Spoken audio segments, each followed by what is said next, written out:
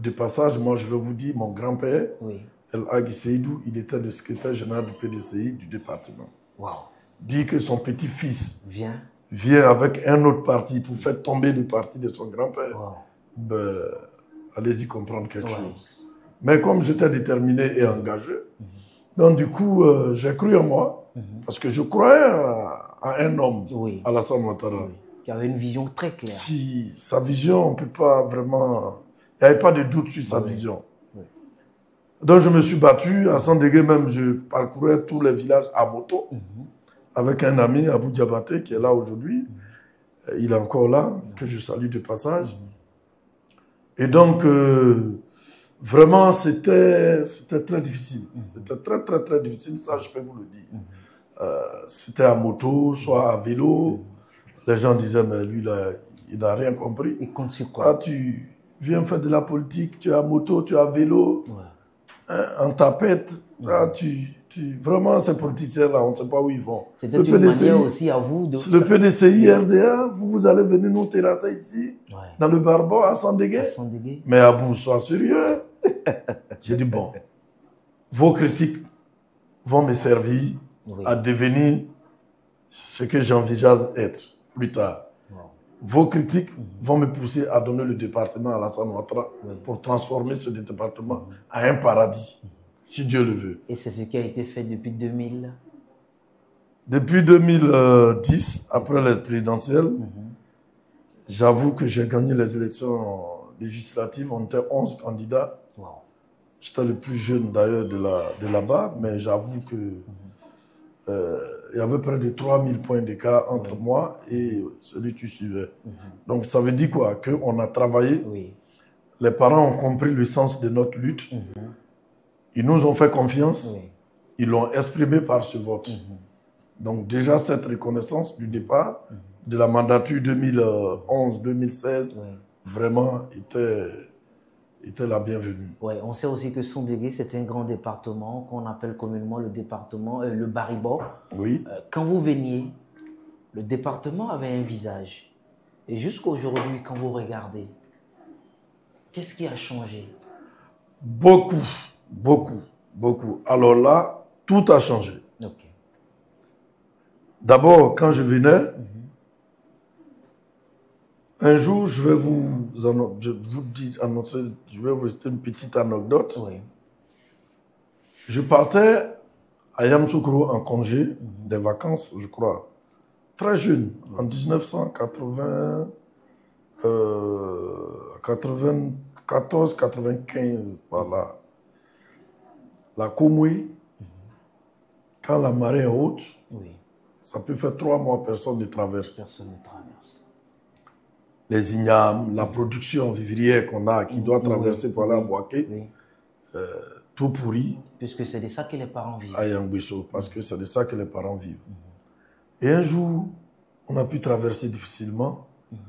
Et quand on partait, je dis à un cousin, Ouattara Tchébé, j'ai regardé le fleuve, puis je pleurais. Il dit, pourquoi?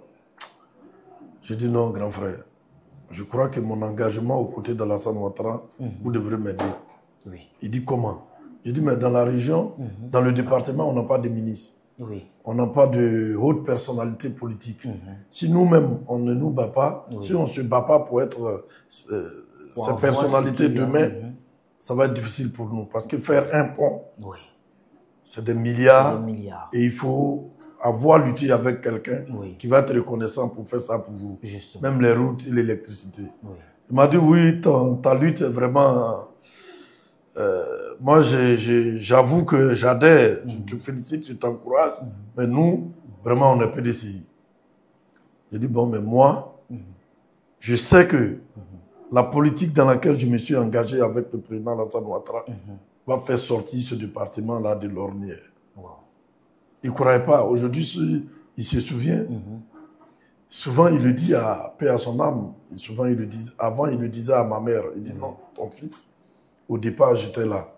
Donc, aujourd'hui, je ne suis pas surpris de ce qu'il est. Alors, donc, de passage, c'est pour vous dire que très jeune, je savais les difficultés que mes parents avaient. Et moi, la solution pour les aider, c'était de faire la politique aux côtés d'un homme en qui j'ai confiance. Et cet homme-là, c'est Alassane Ouattara. Donc, moi, j'avoue que le département était en abîme. Tout était abîmé. Oui. Mais voyez-vous, un département de près de 40 villages. Oui. Quand je venais, il y avait 12 villages sur 40 qui étaient électrifiés. 12 sur 40. 12 sur 40. Wow. Le département était dans le noir. Oui. A dit, il faut le dire pour que les gens puissent comprendre. Oui. Le département était dans le noir. Oui. Un noir criard à tous les niveaux. Au niveau des routes, oui. Au niveau de l'électricité, au niveau des centres de santé Oui. et au niveau des écoles.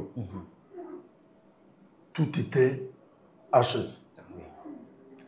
En 2010, 2012, 2012, il faut le dire, après la crise et après les élections législatives, le président a fait une tournée nationale. Oui. Et depuis l'opposition, il m'avait promis d'arriver à Sandégué. Une promesse qu'il a tenue. Oui. Et je voudrais lui être reconnaissant du passage. Oui. Quand le président arrivait à Sandégué, à l'accueil, à l'hélicoptère, je lui ai dit, Monsieur le Président, la préoccupation des parents, c'est le pont. Ça, c'est de lui à moi. Tout de suite? Tout de suite. Il m'a dit, écoute, Boubacar, on est arrivé, on va voir. Mais je vois que la mobilisation de l'avion, j'ai vu que la mobilisation est totale. Bravo. Et quand on est arrivé sur le lieu de la cérémonie en ville, il a vu la mobilisation. Mais j'ai lancé un cri de cœur. Ce n'était pas dans le PND. Oui. C'est ça aussi, Alassane Ouattara. Ce n'était pas dans le PND. Qui est le plan national de développement. Le plan national de développement, effectivement, de 2012, je crois à 2020 ou 2015. 2020, mais le pont de Sérébou n'était pas dans le PND. Mais le président, étant donné que chaque fois qu'on se rencontre, c'est le pont qui ressort. C'est le pont qui ressort. L'ex-premier ministre Hachi Patrick était le ministre des infrastructures. Le président a dû demander à Hachi, mais le pont, le jeune homme, il ne fait qu'en parler. Est-ce que c'est possible? Voilà où Hachi dit au président, mais si c'est votre priorité, nous sommes vos soldats, ben, on va le faire. Et voilà comment le président, il monte au pupitre. Il dit, Boubacar, tu as demandé le pont pour tes parents. Ben voilà, le ministre des infrastructures vient de me dire que c'est possible. Alors donc j'offre le pont à Sandégué, sur le fleuve Komoué.